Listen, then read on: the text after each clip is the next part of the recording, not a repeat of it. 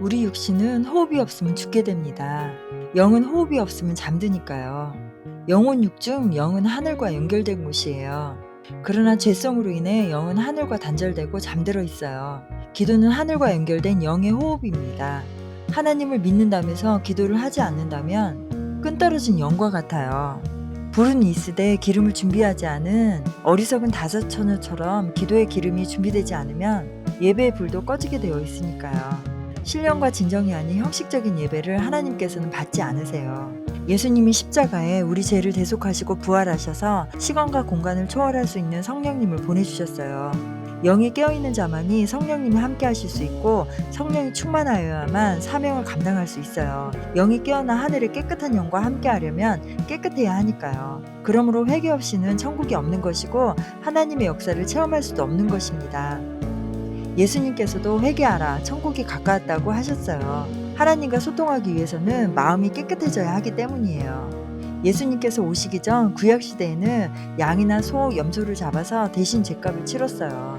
그러나 예수님께서 십자가에서 대속하셔서 이제는 직접 기도로 회개하면 됩니다. 회개하고 하나님과 연결되면 우리 입술에 영권이 생깁니다. 영권은 육권을 제압할 수 있어요. 육신은 땅에 속하여 땅의 일을 하게 하고 영은 하늘에 속하여 하늘의 일을 하게 합니다. 영이 깨어나면 기도를 쉬지 말고 하라 하셨어요. 매일 꾸준히 해야 된다는 뜻이에요. 하나님의 본체 중 하나이신 예수님께서도 공생애 중 매일 새벽 밀명에 기도하셨어요. 예수님께서 겟세마네 동산에서 기도하고 내려오실 때 마을에서 제자들이 7 귀신 들린 아이에게 쩔쩔매고 있었어요. 예수님께서 보시고 기도를 하시자 귀신들이 물러가고 아이는 온전해졌어요. 예수님께서 기도 이외에는 다른 방법이 없다고 하셨어요. 그러자 제자들이 의아해했어요. 왜냐면 제자들도 기도하고 선포했지만 귀신은 나가지 않았으니까요. 예수님은 쉬지 않고 꾸준히 새벽 미명에 기도하셨어요. 그러나 제자들은 필요할 때 기도했어요. 꾸준히 기도할 때 성령이 충만해지고 하나님의 역사가 일어나기 때문입니다. 예수님께서는 제자들에게 주기도문을 가르쳐 주셨어요.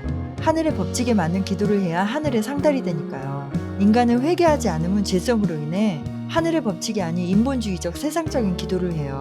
물고기 2마리와 떡 5개를 받으시고 축사하여 5,000명을 먹이고 12광지를 남겼듯이 하늘의 법칙은 먼저 드리고 받는 방식이에요. 그러나 죄성은 기복신앙에 빠지게 만들고 타협하게 만들어요. 그런 기도는 하늘에 상달되지 않고 오히려 마귀들이 받아 물질을 미끼로 죄의 구덩이로 끌어들여요. 땅의 복과 하늘의 복은 달라요. 하늘의 복은 팔복처럼 천국이 저희 것이 되는 것이에요. 땅의 물질의 복은 마귀도 줄 수 있고 그 복으로 하나님과 단절시키고 마지막에는 그들이 사는 지옥으로 끌고 가요. 하나님께서는 우리가 영적으로 성장하여 이 땅에 태어난 이유인 사명을 잘 감당하길 바라세요.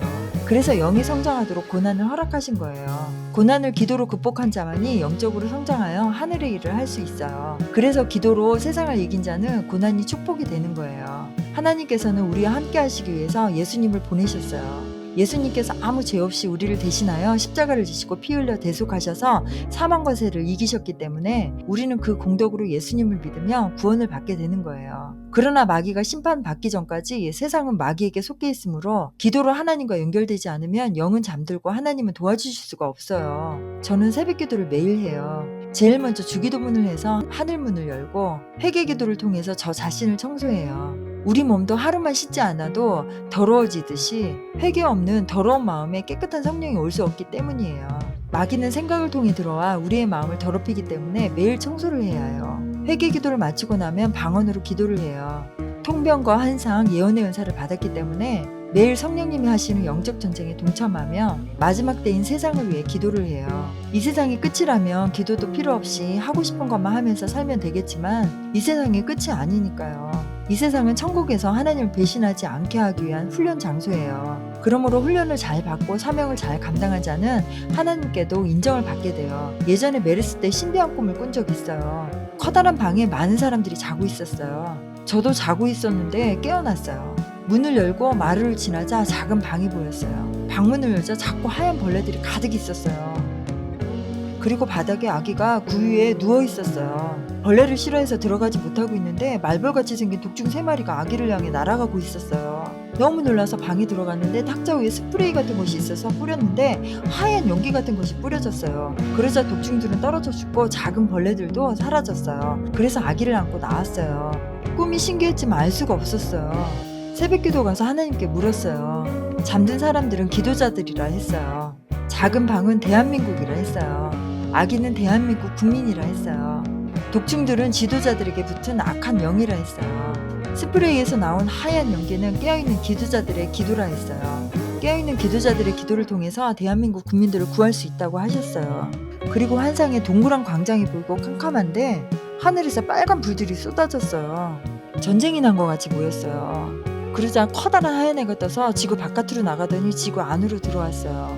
신기해서 기도를 물어보니까 서울시청에 올라가서 광장을 땅 밟게 하라 하셨어요. 메르스 때라 격리될까봐 다른 분들 보내달라 하고 가지 않았어요. 그러나 그날 몸에 불이 들어와 타들어가는 것 같았고 결국 다음날 가겠다고 말씀드리고 올라갔어요. 땅 밟기를 하는데 어떤 분이 부르셔서 가봤더니 어디서 왔냐 해서 꿈과 환상을 말씀드렸더니 스마트폰을 켜서 무언가를 들려주셨어요. 어제 당신처럼 예언을 받은 사람들 4천여 명이 시청 광장에서 철학 기도를 하고 갔다고 했어요. 어제가 동성애 축제하는 날이었는데 메르스 때문에 모든 축제가 취소되었는데 박원순 시장이 후원하는 동성애 축제는 취소됐다고 가짜뉴스를 돌았는데 어제 동성애자들이 500여 명 정도 왔다고 했어요. 그러나 4천여 명이 포진하고 있어서 식순만 하고 흩어졌다고 했어요. 그 이후 돌아와서 몇 달 뒤 그곳에 가셨던 분들을 두 분이나 만날 수 있었어요.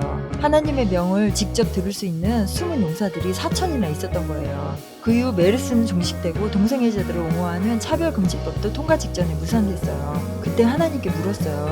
환상 속에서 보였던 하얀 애는 무엇이냐고요. 하나님께서는 기도가 상달되면 뜨는 해라고 했어요. 4천여 명의 기도가 상달되어 커다란 하얀 애가 뜬 거였어요. 대한민국은 기도의 사명국가라 했어요.